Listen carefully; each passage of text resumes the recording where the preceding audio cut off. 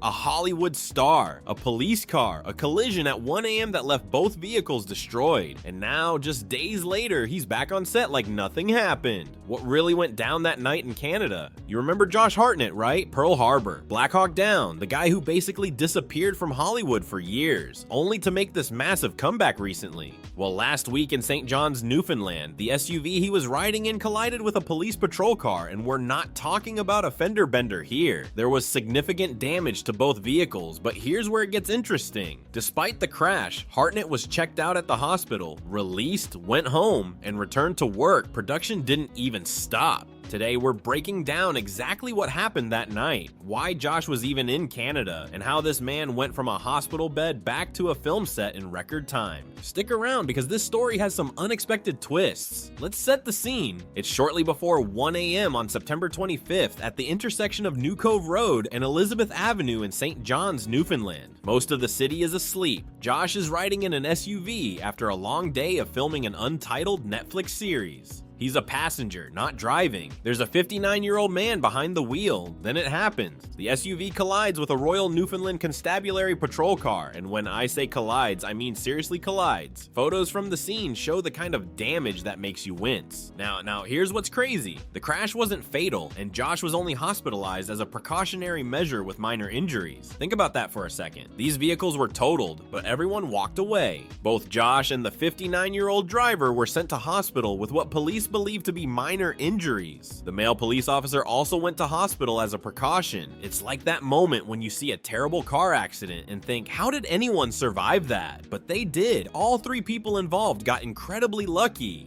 The Royal Newfoundland Constabulary is still investigating. They're looking for any witnesses or footage from the collision, which tells you something. They don't have all the answers yet. Was someone running a red light? Was visibility poor? We don't know, and that's part of what makes this story so intriguing. Before we talk about what happened after the crash, let me tell you why Josh Hartnett even being in Newfoundland is significant. This guy basically walked away from Hollywood at the peak of his career. I'm talking about turning down Superman, turning down Batman, roles that could have made him a household name for decades. He chose privacy, he chose his family, he stepped back. But recently, he's been everywhere. He appeared in Oppenheimer Trap and the 2025 film Fight or Flight. He's also been doing TV work, including The Bear and Black Mirror, where he appeared in the episode Beyond the Sea. The man is having a full-blown renaissance. And this Netflix series, it's a 6-episode limited series that takes place in Newfoundland. And the logline reads, when a mysterious sea creature terrorizes a remote Newfoundland town. So we're talking about a sea monster thriller. Think Jaws meets small town drama. Josh is the lead, and he's also executive producing. Filming began in early July 2025 and is scheduled to wrap on or around October 12th, 2025, which means they're in the final stretch, the home stretch, almost done, and then this accident happens. For most people, a car crash like that would mean weeks of recovery, maybe even ending production, but not for Josh Hartnett. Here's where the story gets really interesting. Josh's rep says he was checked out at the hospital, released, went home, and returned to work. Production on the show was not affected. Read that again. Production was not affected. This man got into a serious collision with a police car, went to the hospital, and was back on set like it was just another Tuesday. Now, I don't know about you, but when I get into even a minor fender bender, I'm shaken up for days. The adrenaline, the insurance calls, the what ifs running through your head, it's exhausting. But Josh, he's built different. And here's what I think this says about him. He's not just an actor showing up for a paycheck. He's invested. He's executive producing this thing. He cares about the project. And when you care that much, you don't let a car accident stop you. Think about it like this. Imagine you're training for a marathon. You're months into it. Race day is 3 weeks away. Then you trip and twist your ankle. Do you quit? Or do you ice it, wrap it, and keep training? That's what Josh did. He kept going. And honestly, that's the kind of work ethic that separates the good from the great in Hollywood. There are plenty of talented actors, but the ones who show up, the ones who push through, those are the ones who last. So why does this story matter? First, it shows us that Hollywood productions are fragile. One major injury to the lead actor could shut down an entire production, cost millions, affect hundreds of jobs. This series is set to wrap around October 12th. That's less than 2 weeks away from when the accident happened. If Josh had been seriously injured, they might not have been able to finish. But they dodged that bullet.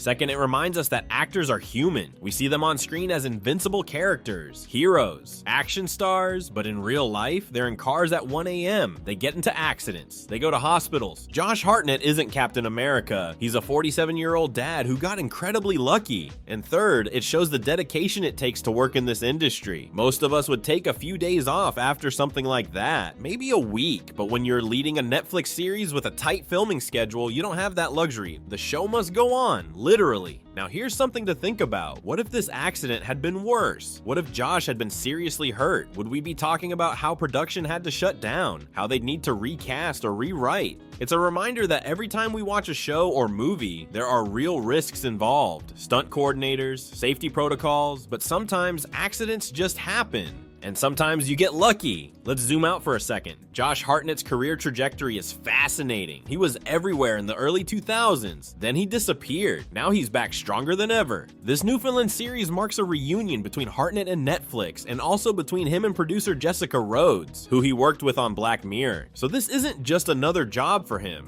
These are people he trusts, projects he believes in. And that car accident, in a weird way, it might have made this project even more meaningful. When you come that close to not being able to finish something, it changes your perspective. Every scene he films now probably feels a little more important, a little more precious. That's the thing about close calls. They wake you up. They remind you that tomorrow isn't guaranteed. And for Josh, getting back to work wasn't just about professionalism. It was about not taking anything for granted. So let's recap what we know. Josh Hartnett was in a collision with a police patrol car in St. John's, Newfoundland in the early morning hours of September 25th. Both vehicles sustained significant damage. 3 people were hospitalized as a precautionary measure with minor injuries, and then, in true Hollywood fashion, Josh Hartnett was back to work, continuing to film his Netflix sea monster thriller series. The man didn't miss a beat, production continued, and the show will wrap as scheduled. It's a testament to resilience, professionalism, and maybe just a little bit of luck. If you found this story as wild as I did, hit that like button and subscribe,